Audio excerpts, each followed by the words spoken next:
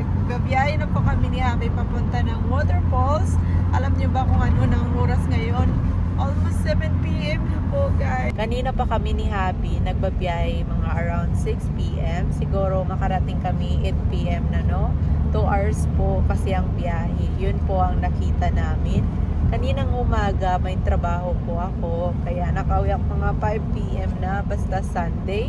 Pero pag hindi naman weekend, makauwi ako 6 p.m. Pero yung husband ko ay walang trabaho. Hinihintay niya lang ako makauwi. Lately, hindi ako nakapag-vlog dahil sobrang pagod ang katawan ni Pinay Girl. Nag-rest muna ako at hindi kami nakapag-adventure ni Habi dahil busy po kami sa aming mga trabaho. Ngayon, super late na. Kaya gagawin na lang namin, mag-hike po kami ng gabi. Titingnan natin kung makita pa namin yung trail papunta ng waterfalls, no? Papasok na kami ng woods, guys. 20 minutes away na lang makaabot na kami. Yay!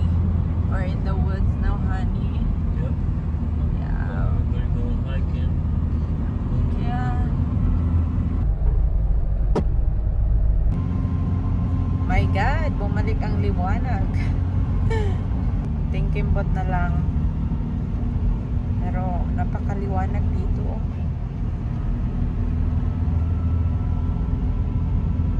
Ito yung ginagawa namin all the time. Kahit gabi na, basta gusto namin gawin na lang. Hindi na iniisip yung oras, basta makapunta lang. Basta hindi lang napapagod yung husband ko mag-drive. Okay na po yan. Sakit ang mata ko against the light. Ganito sa Amerika kapag magbabiyahe, no? Walang masyadong sasakyan. Sobrang peaceful papunta ng woods. Meron ka man makita ang sasakyan pero hindi as in marami na traffic. Wow, grabe. Ang We're up in the ganda. mountains, son. Nasa mountain na kami, no? Ganda ng view. Maliwanag pa. Beautiful view, ha? Up. Just me, you, the road, open air, freedom, quiet, peaceful. Right. This is what we enjoy.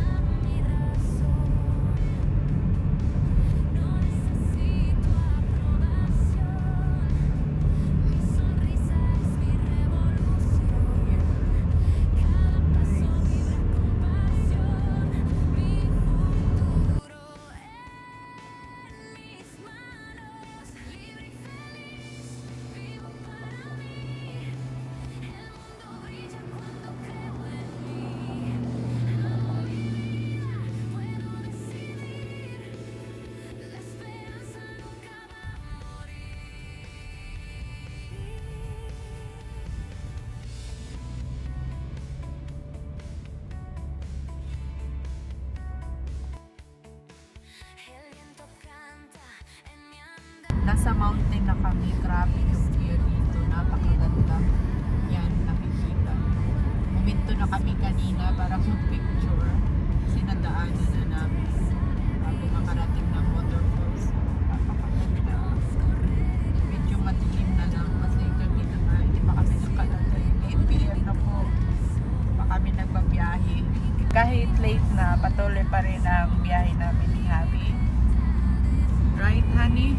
Yep, it's late, but we're still getting out there. We're having fun. We're enjoying our time together. It's important to spend time together and to get out Yeah. away from everyday life. Actually guys, na-realize ko dito sa Amerika, no, maraming nagsasabi na malungkot ang buhay. Yes, totoo naman talaga malungkot ang buhay dito kasi trabaho, uwi ka lang. Pero kami ni Habi na discover namin na hindi pala forever tayo malungkot, no, kapag makahanap tayo ng nagpapakalma sa ating sarili. Yung malayo tayo sa lahat at hindi muna natin iisipin yung problema, stress. Kaya kailangan natin din mag-adventure para makalma natin ang ating sarili, no? So, ito yung ginagawa namin ni Habi at hindi namin iniisip yung trabaho namin. Basta mag-a-adventure kami. Ang gusto lang namin ay positive lang talaga yung iniisip namin. Walang problema. Minsan kasi sa buhay natin, kailangan natin gawin yung mga bagay na nagpapakalimot din sa ating stress sa buhay. Kaya, ito, adventure ang ginagawa namin. Kahit gabi na, wala kaming pinipiling oras mag-adventure ni ate. Pero, mas maganda naman talaga sa umaga mag-adventure para makita natin ang kagandahan ng nature. Pero nga kami, nahirapan sa schedule, kaya ito na lang munang oras namin.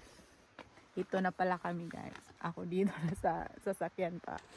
Hi guys, we're here at the Onion Creek Trails where we're going to go see the falls.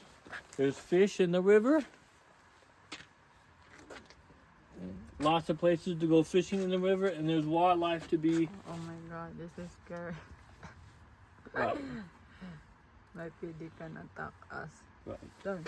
So, nope, you just read the signs, be careful.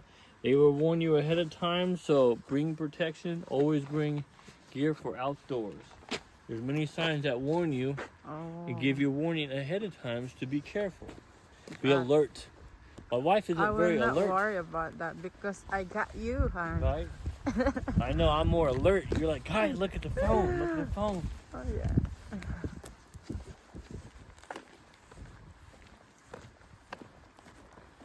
What?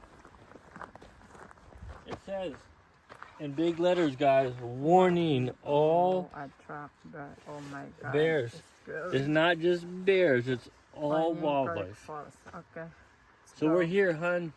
Yeah, let's go. I think we're gonna go that way. That way. Okay. That way. Let's go that way. Dito na kami sa woods, naglalakad. Naririnig ko na ang ingay ng waterfalls. Dito pa kami sa may bridge. River. Maingay. Parang kami na lang ni Habing dalawa dito. Umuwi na yung mga tao. Simula na ang paglalakad. Tara! Okay, Han, keep going. Yep.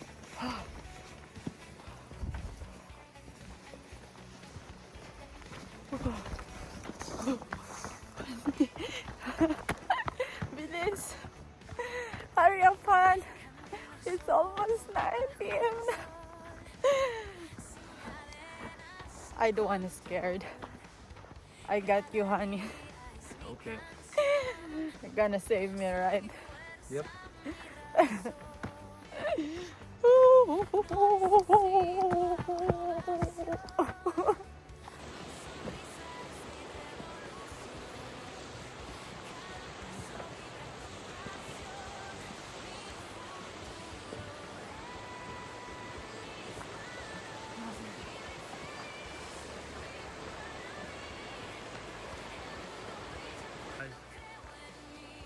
This is like a homemade bridge across the river.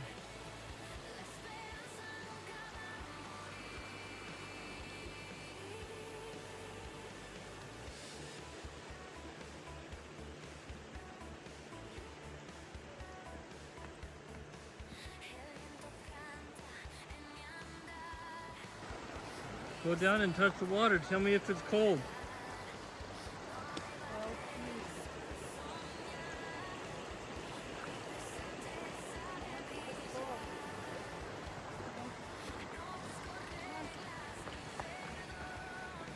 Okay, we got a long trail ahead of us, guys.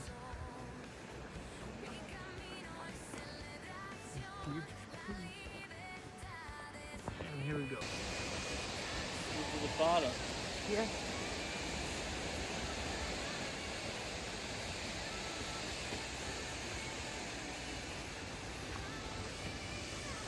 Oh my god. Be careful, hon.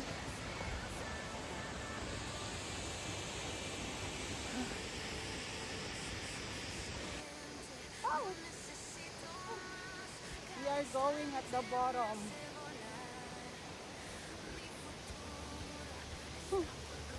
We're getting closer. Go.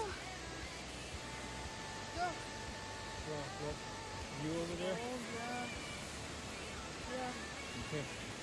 Nice and slow. We'll go for Right, hun, beautiful? Yeah, it's Beautiful. really beautiful.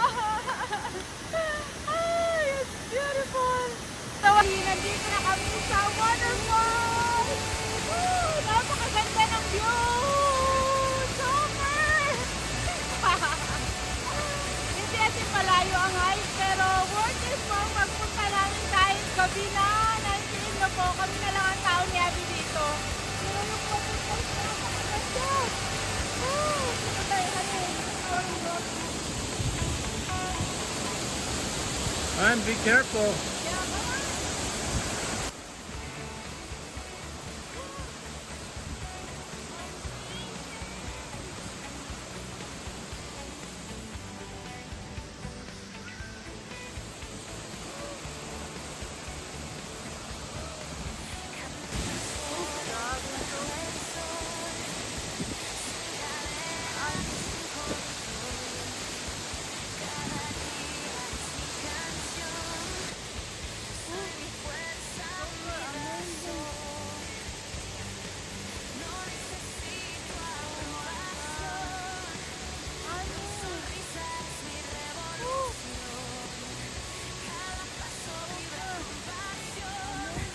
It's beautiful, guys.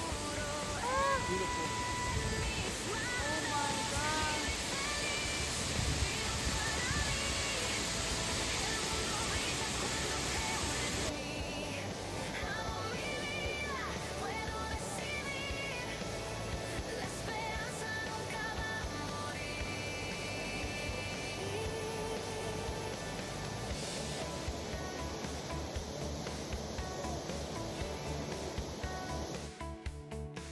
El viento canta en mi andar, mi destino. Kailangan na namin umuwi ni Javi, no? Kami na lang dalawa dito and we're just getting darker na.